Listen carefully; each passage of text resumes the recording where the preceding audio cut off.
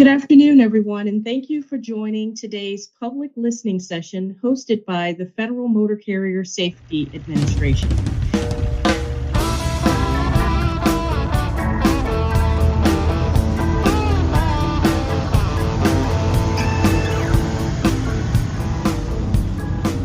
That was the voice of FMCSA's Communications Director, Cicely Waters, opening last week's virtual listening session around the agency's efforts to potentially improve the safety rating system it uses for determining carriers' fitness to operate in interstate commerce. Today, we're going to sit in on virtually the entire session from this past Tuesday. Featuring a bevy of views in response to chief areas of inquiry you'll hear agency reps outline as we get into the discussion. I'm Todd Dills, your host as usual for this edition of the Overdrive Radio podcast dated July 1st, 2024, and regular readers will know the effort around the safety rating change has been a long time in coming. Since the CSA Safety Measurement System came into play a decade and a half ago, agency reps have floated the idea routinely of using roadside data in part to determine a safety rating. Yet, they've certainly experienced loads of pushback from carriers on that notion. And this session was no outlier in that regard. Commenter Daniel Shelton pointed out inadequacies he saw in a myriad violations used in parts of the CSA SMS that, well, have really nothing to do with the bedrock indicator of safety in his mind, crashes, and particularly those that can reliably be shown as the fault of motor carrier. I've never seen a shipping paper where the ID number, shipping name, hazard class, and packing group in the wrong order ever was a crash causation. Listen on for the rest of that viewpoint later in the podcast, but know that Shelton also questioned the agency's crash preventability determination program and its efficacy in identifying non-preventable crashes to exclude them from carriers' records. Agency reps on the call noted that non-preventable determinations would exclude those crashes from a safety rating, yet Shelton told this story about one such he'd seen up close and then attempted to use the data queue system to exclude from the carrier's scores. You know, there was a terrible crash that occurred on September 29th of last year. The NTSB was on the ground Saturday morning. There were 5 fatalities as a result of an HM release. And the Illinois Division Office and the investigators were there for a week working with NTSB and with the motor carrier. And I was present. And at the end of the week, the division office provided us a letter stating the crash was non-preventable. And they said, you'll need that letter because you'll have to data queue the crash when it gets uploaded. Well, we did that. And the results of that was it does not fit the guidelines. That's likely, and I'm just speculating here really, because the crash wasn't of one of the limited number of crash types that are part of the crash preventability program today, and thus eligible for review. But be that as it may, Shelton went on to detail further problems with the CSA SMS that stand to complicate any move to use SMS data in a new safety rating system. So as of today, it is still showing up in MICMAS as a preventable crash and adversely affecting the carrier's rating methodology. And we did everything that we were supposed to do, and nothing happened. So the only point I want to make is words are important, and I like what you're saying, and it sounds really good. And words are important, but actions matter more. You got to be able to back up what you say by your actions. Thank you very much. The virtual session last week was but one of 2 that are planned, as FMCSA Enforcement and Compliance Director Tom Liberatore noted. There will be another listening session, virtual, the end of July. It's July 31st to be exact. Find a link to where you can register to lodge your own commentary in the show notes and or the post that houses this podcast for July 1st, 2024 at overdriveonline.com/overdrive-radio. There's a lot more to the discussion here, including thoughts on moving away from a 3-tier satisfactory, conditional, and unsatisfactory rating regime to a single rating system. Also rewarding carriers for safety technology use or not, and much more. After the break, we'll dive in directly with Liberatore, joined by FMCSA Compliance Chief Dave Yessen throughout, and near the beginning, Transportation Specialist Stacy Ropp.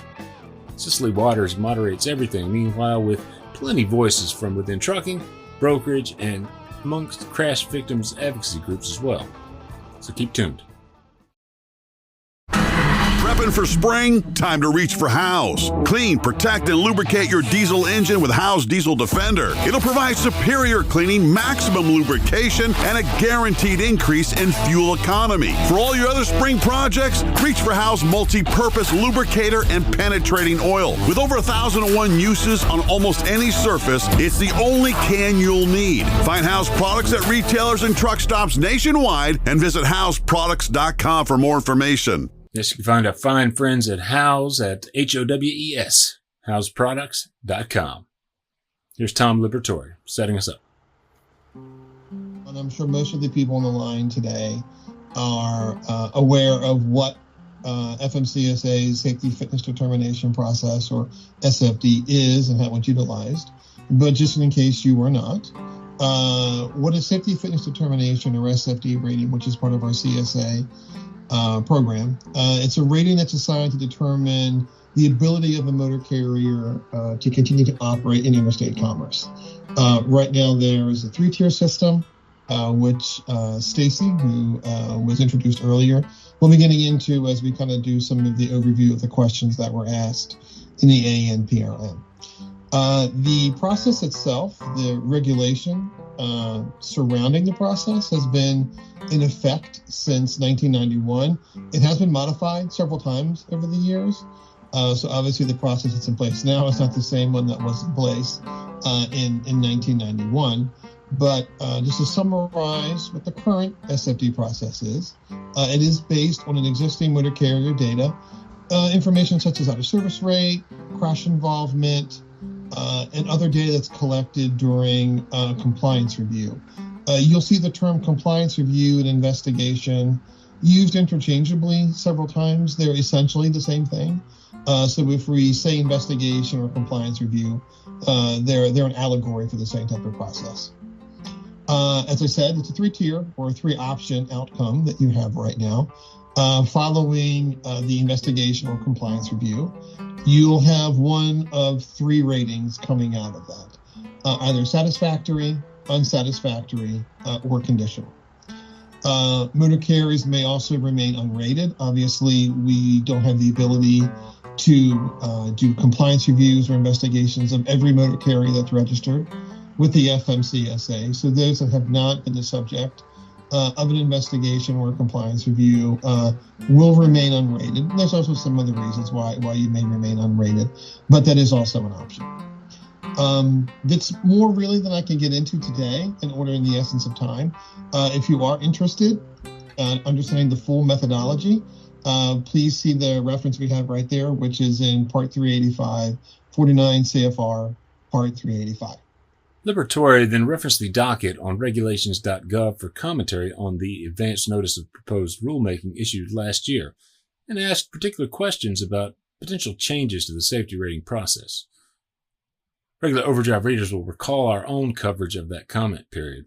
The docket number where you can access details of the questions at regulations.gov is FMCSA-2022-0003. We received around 176 comments that were submitted. About half were actually relevant to SFD. Since it's an open comment period, individuals are free to comment on whatever they wish in relationship to FMCSA operations. So you'll see some of them that actually were relevant to other areas of our operational stance, such as our Safety Measurement System, or SMS, and other programs that are administered by FMCSA. But still, that leaves around, 80 comments or so that were relevant to what we were proposing in the SFD ANPRM that was released, as you see there, last August and closed last November 29th of 2023. Most of the comments, many of them were actually in favor of revising SFD, but there was a lot of mixed feedback exactly on how we should revise that, which is really the impetus for what we're doing today, which is why we're hosting these additional listening sessions to really allow people to provide us some further input as to what they think would be recommended course of action as FMCSA reevaluates our SFT. At this point, in the interest of time, I think I will stop talking and actually turn it over to Stacy and Dave to facilitate the rest of the conversation for today. So thank you. Stacy, Dave, whenever you're ready. Thank you, Tom. So my name is Stacy Ropp. I'm a transportation specialist within the compliance division at FMCSA, and I am on the safety fitness determination rulemaking project. So now we're going to transition into kind of the heart of today's call, getting into our SFD discussion. So just to remind everyone, we are taking your comments and your feedback, anything that you would like for us to know about safety fitness determination. Any kind of topic related to SFD, feel free to voice that or type that into the chat as your question. But here we do have highlighted 4 specific topic areas that we're most interested in hearing your feedback in. These were some of the topics we heard many different comments on, and also a lot of mixed feedback. So these are kind of the 4 areas we'd like some more clarity and just some more feedback from everybody with whatever you can provide. So just to highlight them, we have the current 3-tiered rating system that Tom spoke of earlier, which is satisfactory, unsatisfactory, and conditional. And also carriers can still be left unrated if they haven't had a compliance investigation. So we want to hear from you. Should FMCSA retain this 3-tiered system, and why or why not? The next topic would be on switching to a proposed single rating of unfit. And with this unfit rating, all other carriers would then be presumed fit to operate unless they have this unfit determination. So we'd like to hear your thoughts on this, and if there should be any kind of accommodation for carriers that have gone through a compliance investigation successfully versus those that have not had any sort of compliance investigation under this single rating of unfit. Our next topic, we want to hear some feedback on use of our inspection-based data. Primarily, this would be our SMS system that records all of motor carriers' roadside inspections and crash history. Should FMCSA look to incorporate SMS into our SFD rating system? And if not, are there any other type of inspection-based or roadside-based data that we should consider incorporating, and how so? And the final topic we're interested in hearing is how we could possibly incorporate driver behavior. What kind of data should FMCSA consider incorporating? Is there a way that we should distinguish between a driver conviction versus a non-conviction? And should more weight be given to these unsafe driving violations? Similar to how we have it now set up with hours of service, should we kind of put more weight on these unsafe driving behaviors? So again, as you go through with your comments, please also keep in mind just generally what improvements or changes should be made to any of these 4 proposed discussion topics or any other comments you may have. Which stakeholders do you think benefit most from your suggestions? And are there any stakeholders that would not benefit from any sort of a proposed change? And what is the overall benefit to safety? So with that, I'd like to turn it over to all of you, and we'll start going through some of the questions and comments. If you have any questions now, you may enter those questions in the Q&A box. The voice of FMCSA Public Affairs Director, Cicely Waters there. Or if you'd like to ask those questions out loud, please feel free to tap the raise hand icon. We'll acknowledge you, take you off mute, and you'll be able to ask your question. I'll turn to the Q&A box first, as I see we do have one general question here. And Tom, if I could turn to you first for answering this question, and it's really just a general question. At the top of the session, you noted that FMCSA cannot perform a compliance review on every carrier that the agency authorizes. Can you expand on that statement just a bit? Yeah, sure. It's honestly just a resource limitation. Considering the millions of CDL holders that are currently engage in interstate commerce and the tens of thousands of carriers that are in operation across the country, it does become a resource and logistical issue based upon the current resources available to FMCSA in order to do that. In addition, there are certain statutory requirements that FMCSA has in regards to prioritization of certain types of investigations, say those involving motor carriers that are of the highest safety risk to the public. So those are just some of the reasons why it's logistically a challenge for FMCSA to conduct a compliance review of every carrier. Obviously, if individuals have additional comments that they want to provide on that, that's, partially what today is about too, as well. And I think we also want to mention real quick, I know it's up here on the screen, that if for some reason you don't feel comfortable announcing your question publicly or typing it in, you can also submit questions in the docket up until August 7th. So you can still submit additional comments in writing. That would be the same docket number mentioned before, FMCSA-2022-0003. In the Documents tab there, you'll see the advanced proposal and several other docs that can serve as a springboard for any commentary on the safety rating process. Lindsay Schindler, we see that your hand is raised. Martin, if you could unmute Lindsay for the question. If we use the data for the driver fitness, would you be using ELDs for that, like you do for hours of service?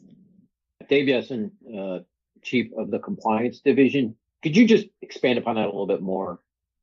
Well, how would you guys then monitor whether speeding and inattentive driving and things like that?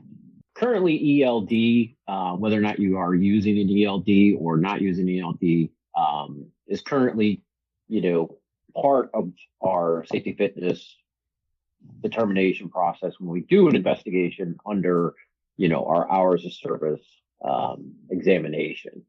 One of the questions that we had asked, and I think Stacy had gone through, is should we be looking more into driver behavior, unsafe driver behaviors, and assigning more weight to that aspect when we are determining, a safety rating, a carrier safety rating. So, for example, now when we look at hours of service and we conduct an investigation, if we find critical violations of an hours of service regulation, there's an actual a double pointing that is used under that particular factor. So I guess the obvious question would be, if we are doing an investigation, or if we're using, as potentially proposed, roadside data to determine carriers' safety fitness status, should we be assigning more weight to those behaviors, like speeding, reckless driving, in those areas when we're doing a safety fitness determination? I think that's a big question that we're asking. How do you guys currently gather that information? Well, that information right now, we gather that information through roadside inspection reports that are done by the state. There's approximately 2 to 3 million of those a year. And that information gets fed into our safety measurement system, which is what we use to determine which carrier we're going to investigate. And then when we go on site to investigate, we're looking at those unsafe behaviors to see if there's any kind of correlation to what's going on at a company that might be causing drivers to speed. For example, could be a hiring issue, that they're not doing due diligence when they're hiring. So it could be a safety, it could fall under safety, their fitness category, or it could be that, operationally they're requiring drivers to, potentially speed in order to complete runs, which might have an hours of service impact. So it can vary depending on the circumstances when we do an investigation. Our next question asks, in a single rating system, would conditional, non-rated, and satisfactory carriers have the same rating of fit? So I think that is that's the fundamental question. If you went to a single rating system, the thought process would be that unless you were deemed unfit, then there would be potentially everybody else would be fit. So there would be no segregation between a conditional, non-rated, and satisfactory carrier. We would be looking for those carriers that would be deemed unfit as just the single rating system. And as Tom alluded, it's good to hear what people think about that versus, what we think about it. We're here to hear what you want to tell us about it. Patrick Bodie, we see that you also have your hand up. Please go ahead with your question.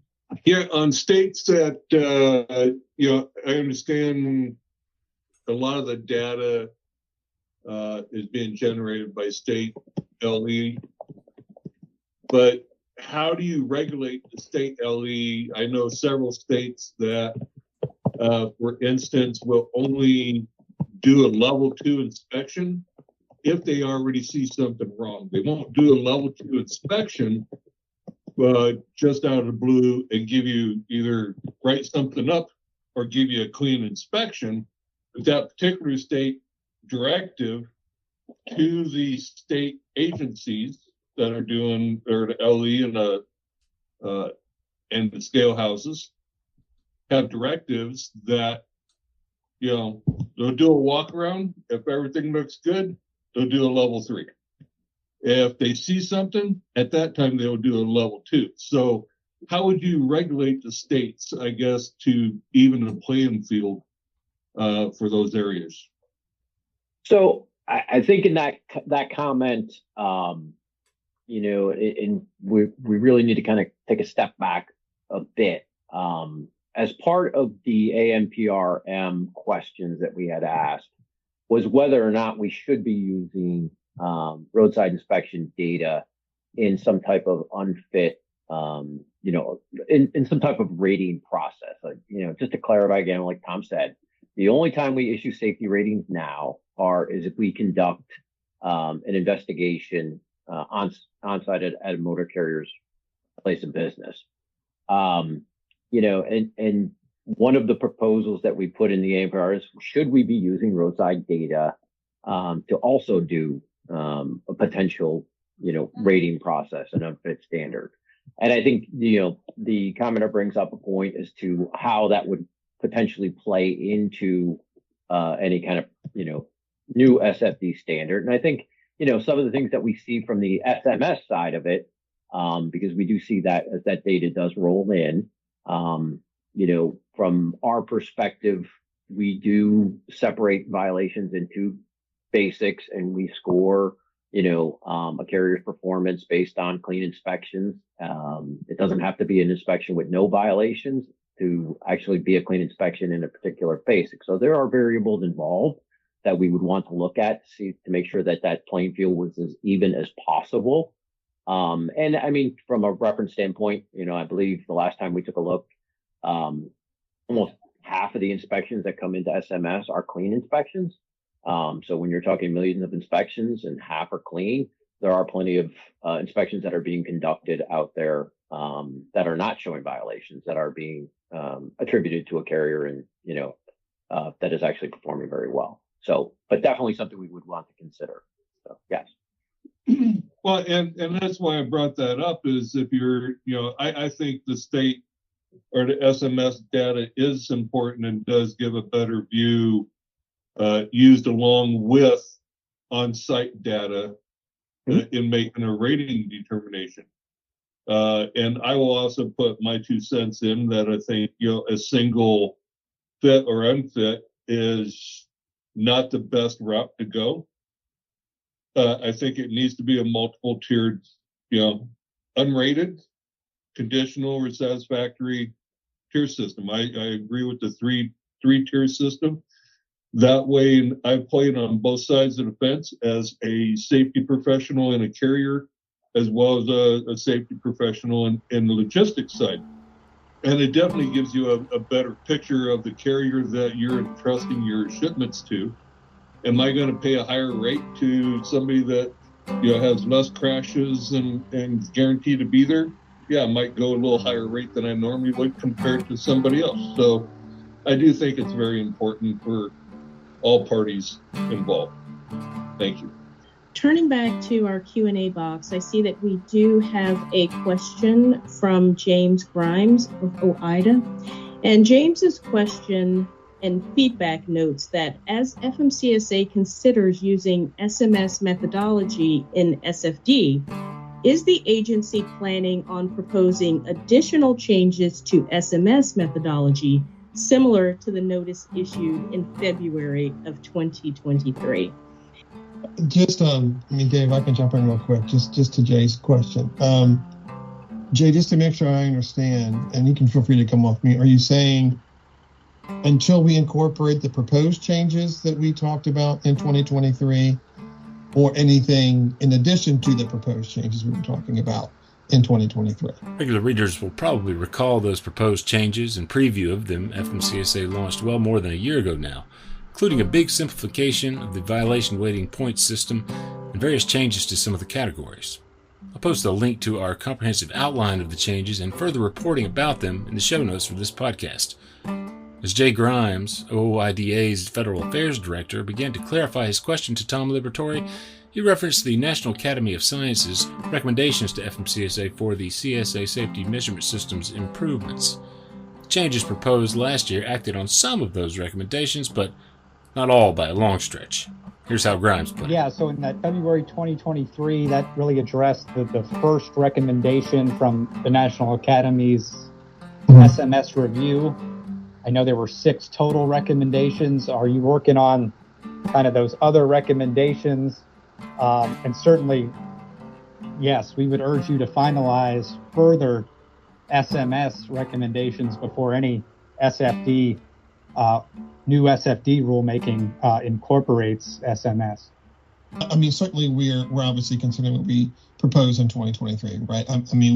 We put that out for a reason when we're in the process of evaluating the comments and assessing what can be changed and how quickly it can be changed. And there's some subsequent communications that we would need to put out before we actually implemented anything in terms of those changes to SMS. So I would say, yes, there are things that we're working on specific to what we put out in 2023.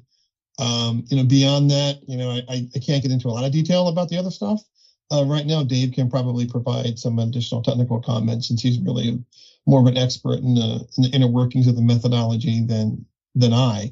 But I do appreciate the comment there, which is exactly the kind of stuff we're looking for today. The second half of your comment about avoiding the incorporation until some of the other things are included. That's the type of feedback we're looking for from today. So thank you, Jack. Only that I think, question 7 on the screen. That's FMCSA's Dave Yessen again. Kind of ask that question. Should SMS methodology be used? Obviously, like I said, we haven't made a decision in one direction or another. And that's why we put the AMPRM out there. And I think some of the other things that we asked were if we didn't use SMS, is there another way that we could potentially use roadside data in an SFD calculation, outside of an SMS system, which I think is also a possibility. So I think these are this is the kind of feedback that we're looking for. We do have a question here, and the question is from John Harden, who asks, if using unsafe driving violations and other offenses, how will you balance the different level of enforcement from different states?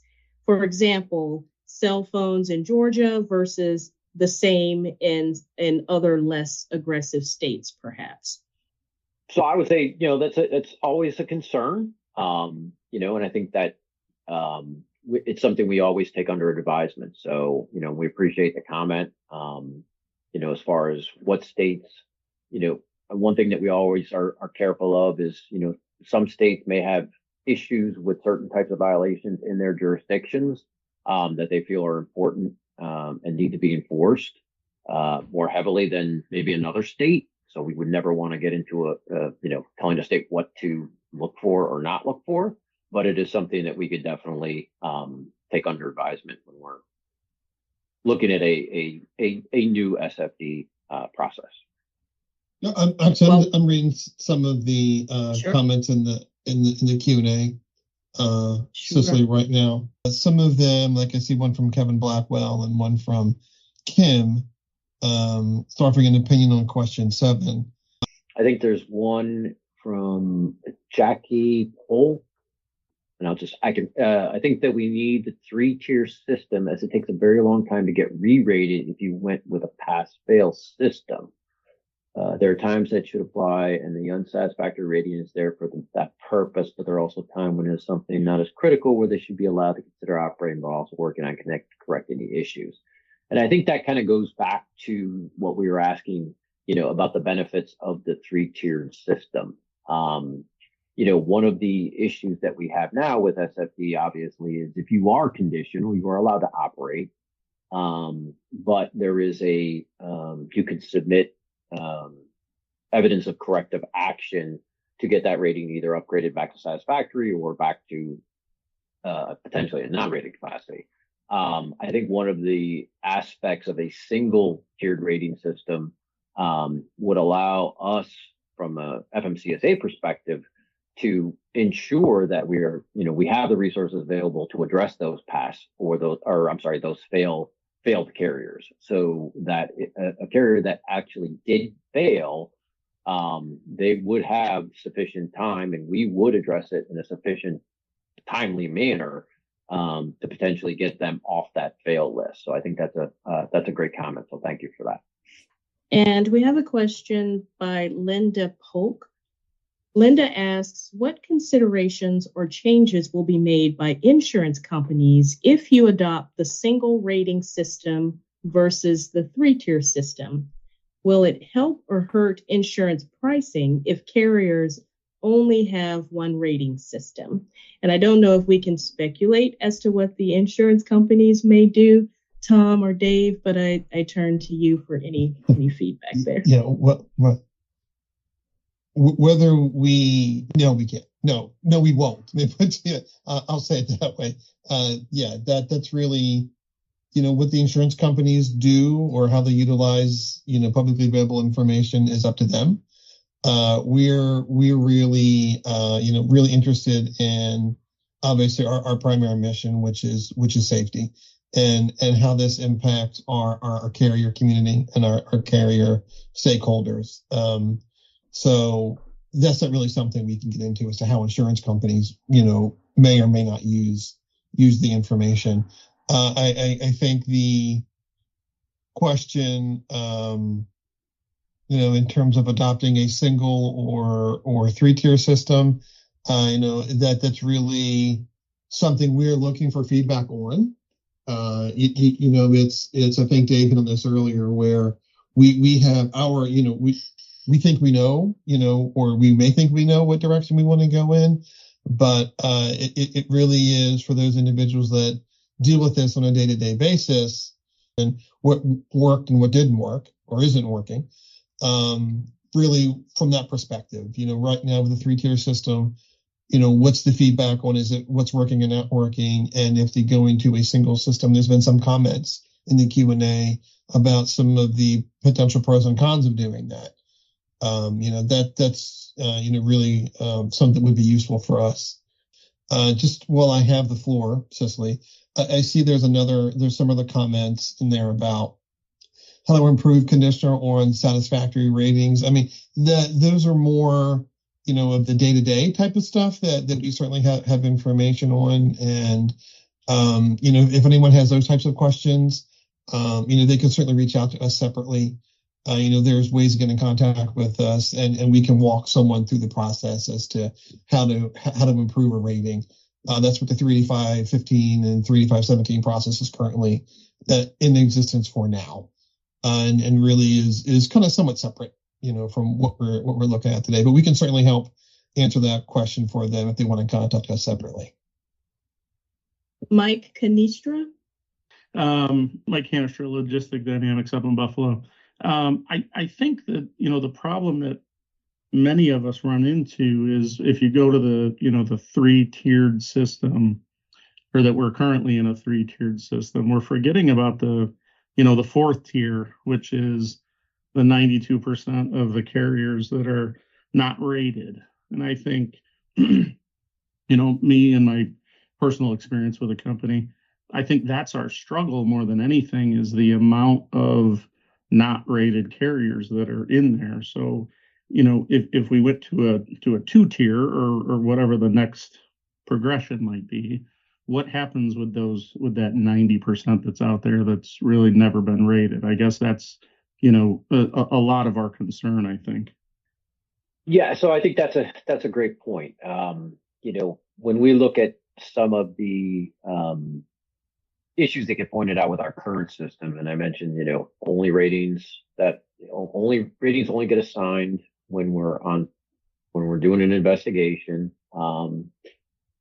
I think part of the understanding is that not being able to reach every single, and Tom had alluded to this, I think the number is somewhere north of 800,000 federally regulated carriers, and around 2% get investigated per year. And that's why I think as part of this SFD discussion is this concept of assessing everyone, essentially, that we have data on with an SFD, would be helpful in an understanding that, carriers were being assessed, and if they didn't rise to an unfit standard, then, that would sort of put a dent in the 92%, but that's sort of the question that we're asking. How do we get there? And I think some of the other issues that we talk about is, the value of a satisfactory rating from 1988 versus somebody who had a review last month, but it was an unratable review. Is there maybe the potential of identifying carriers that way? If you're unfit, reviewed, not reviewed, is another concept. So I think these are all good questions that we're looking for feedback. I see that we also have a hand raised. Jackie Polk. Good afternoon. Thank you for recognizing me. And I want to speak regarding the driver behavior. I'm not sure I understand how to distinguish between conviction versus no conviction. I'm assuming that would be a citation or something of that nature. But do want to mention that, as I look at the rating system, it is rating a motor carrier. Certainly they hire drivers, and hopefully they are doing the necessary background checks to help them make the best hiring decisions possible.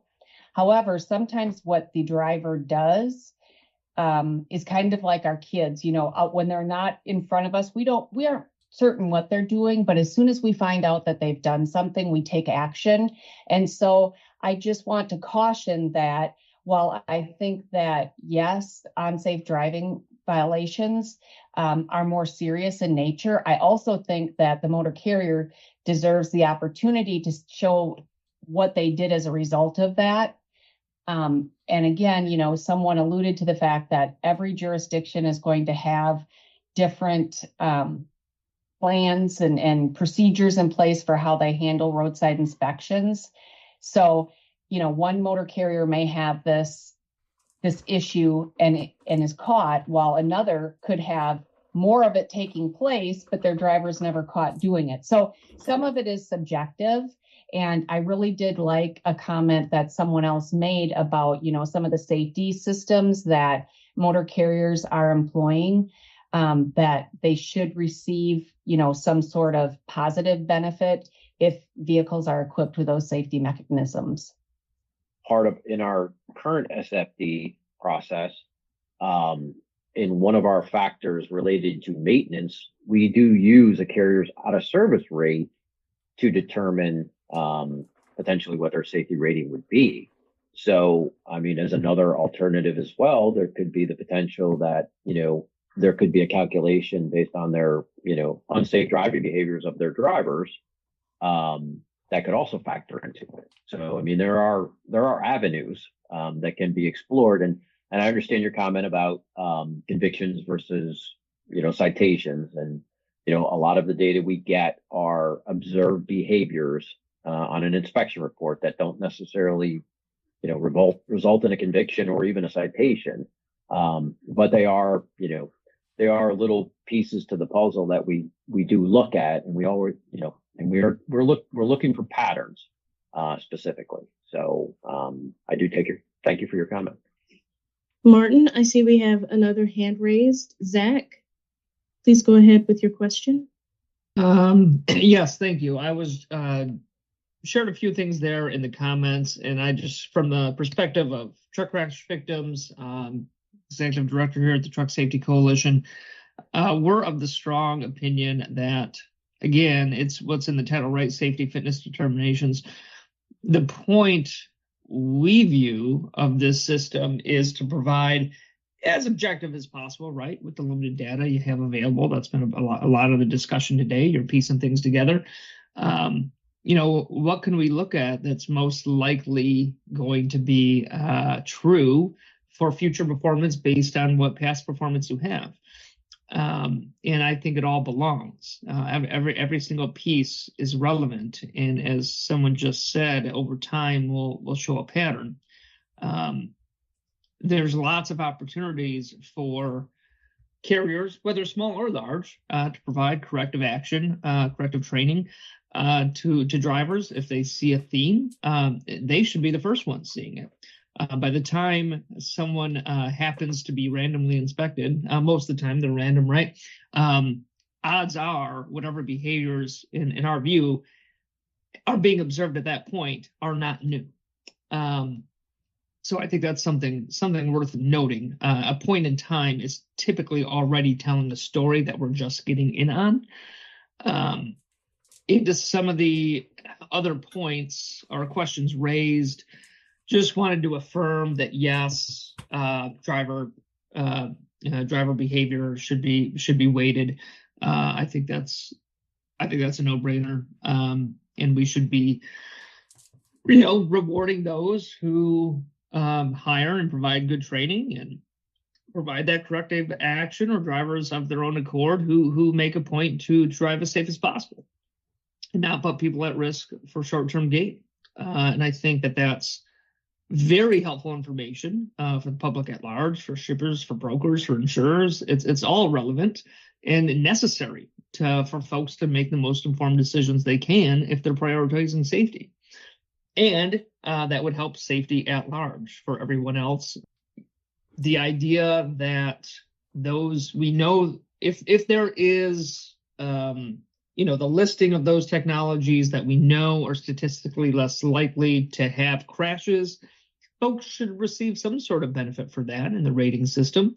It does not indicate necessarily that they'll operate safely, but we know if they do utilize these technologies, whether it be telematics or automatic emergency braking and other advanced driver assistance systems, even forward collision warning alone has significant safety benefit.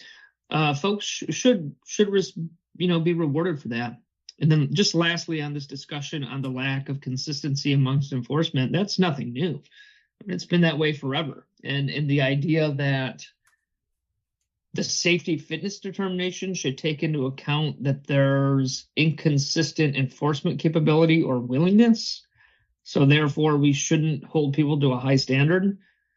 That's a race to the bottom. I don't see how that should be something that's relevant to be accounted for and how all this is calculated. So that was a lot of comments. I appreciate your time in doing this listening session. Thank you. We'll turn to Jay Grimes, who also has a question, and then to the chat box, as I see we have some new questions there as well. Jay, go ahead with your question.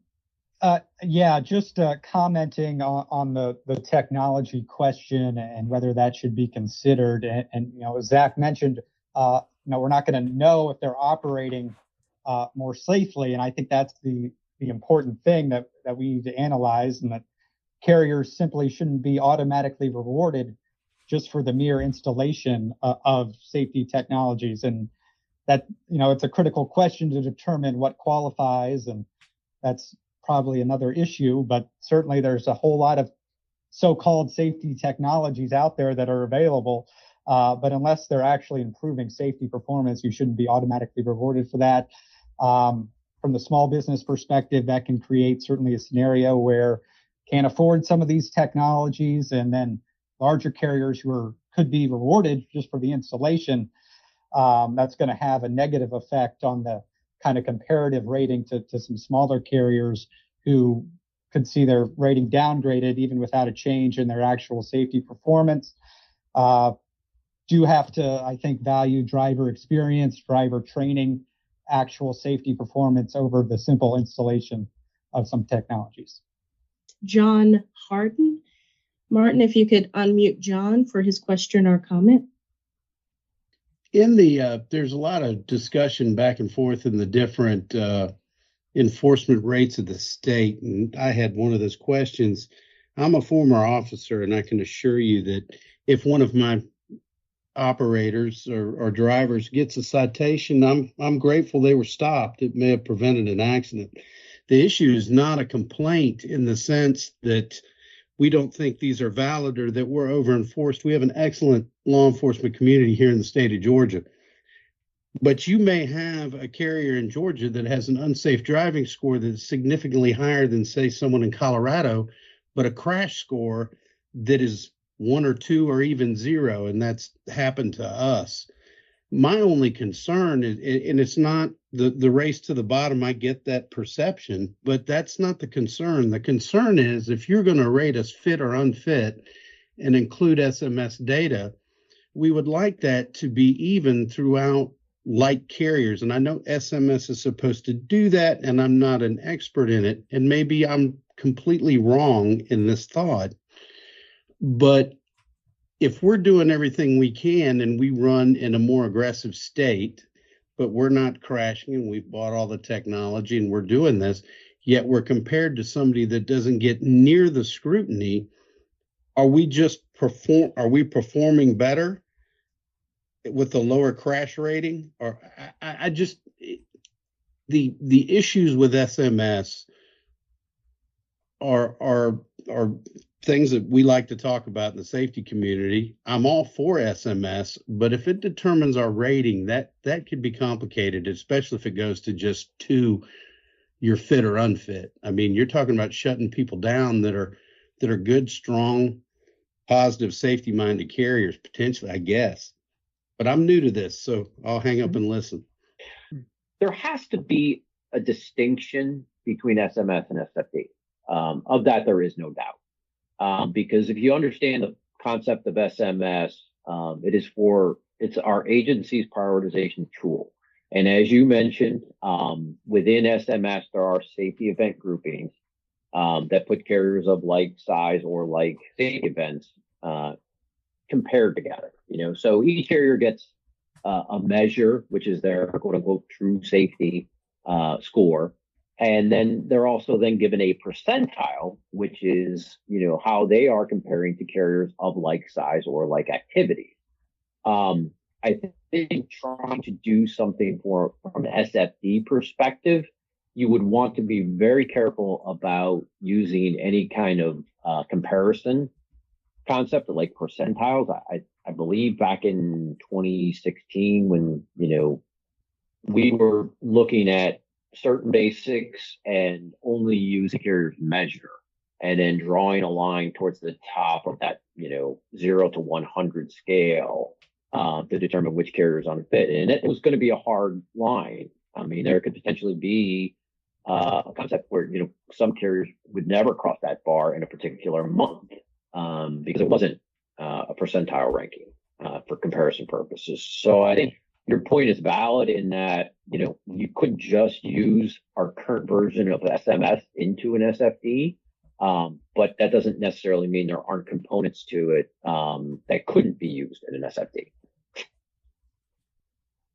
Daniel Shelton, please go ahead with your question or comment. Yes. Okay. My comment is, my question for FMCSA and also directed for the gentleman from Georgia. regarding his concerns. It's been my experience, and I don't speak, I know from where I come from. I'm assuming that the mission of FMCSA has not changed, and the mission is to reduce crashes. So if that's the case, which I think it is, then we should certainly be looking at crashes as the primary emphasis on the safety fitness rating methodology, whether it be preventable, non-preventable, and all those things that go into that. All these other violations that are in the Federal Motor Carrier Safety regulations assume to go toward preventing crashes. Some do, but most don't. And a lot of them are paperwork violations. So there's got to be some way to spread out those that really matter for reducing crashes versus those that don't. And I'll just give you one example.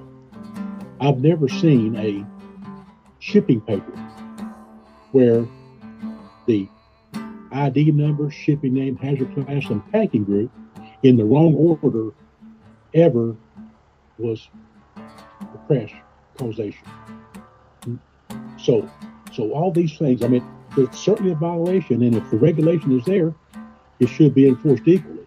But as the gentleman from Georgia stated, and I agree with him 100%, they're not all enforced the same.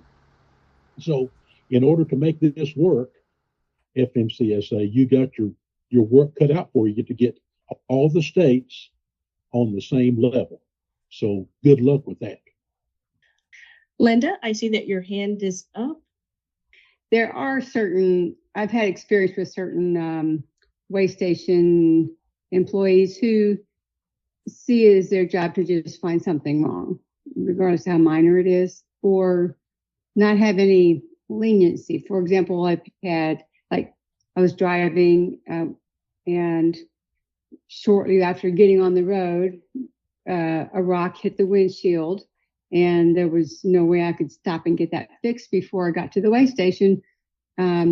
Fortunately, they did not make me, I don't think they made me, be out of service for that one. But it was close. And so is there a way for compassion to be called upon when a driver has something minor? Like another situation I had recently, one of our drivers, their tail light went out. Well, it was between the time they did their pre-inspection and they got to the weigh station, it was working in the pre-inspection. They had a extra bulb in the truck, and so they fixed it right there at the weigh station, and yet they were still dinged for having a light out. Is there not some way for common sense and mercy to be shown in those kind of situations? I can certainly appreciate, your comment. I mean, that really is individual officer discretion at the time of the stop. It's, the same when any of us are stopped, either, for speeding or, not slowing down sufficiently for a stop sign. It's a lot of factors that weigh into whether a citation is issued or not. From FMCSA perspective, we don't, dictate any type of parameters from that regard. And there are organizations such as the Commercial Vehicle Safety Alliance, that really works with our state partners to help identify best practices for enforcement in regarding interpretation of our Federal Motor Carrier Safety regulations. But from an FMCSA perspective, obviously, as we're looking at it from an SFD perspective and even through SMS, it's just the objective data, right? We're getting if in the officer's discretion there was a violation and a citation was issued. We take the data from that point and do the analysis and comparison across the group that we currently do. I mean, that's certainly something, that can be shared, with our law enforcement community. And like I said, through the Commercial Vehicle Safety Alliance and other entities that represent law enforcement, You can also reach out to your local mix-up lead agency in your state if you feel that you have concerns about how certain things are being interpreted. And that information should be available on our website as well if you wanted to try to do that. Thank you so much for your time today. I'll now turn to Mr. Daryl Rubin, Associate Administrator for Safety for FMCSA, for closing comments. Well, thank you, and hello to everybody. I'm going to close this out by saying thank you for a couple things. One, thank you all for taking the time to participate in today's listening event, whether you shared thoughts or comments verbally or in writing. We're collecting all of those and taking each one very seriously. I want to let you know that by doing all of these sessions, it enables us to gather more information to be able to make better decisions with. And you have from us at FMCSA that we do these to learn and understand and be able to take the information and apply it the best way possible. So again, thank you all for taking the time today. We appreciate your feedback and hope to hear future feedback from you as well in these listening sessions. So thank you and have a great rest of your day. As noted at the top, another virtual session is taking place July 31st at 2 p.m. to 3:30 p.m. Eastern Time. Find a link to where you can register for that session in the show notes and in the post that houses this Overdrive Radio edition for July 1st, 2024. Big thanks for listening. Wherever you find the podcast, it's on the world-famous overdriveonline.com/overdrive-radio, of course, as noted, and on Spotify and SoundCloud, Apple Podcasts and YouTube, TuneIn, Podcast Addict, and most any listening platform. Subscribe so you don't miss an episode, and thanks again for hanging through to the end. Overdrive Radio is a production of Overdrive, the voice of the American trucker. It's edited and produced by me, Todd Dills, with the acoustic guitar and other support of trucker-songwriter Long Haul Paul Marhofer. The theme is Legend of the Snake Man by Marhofer, featuring the guitar work of Travis, the Snake Man himself, Lamech.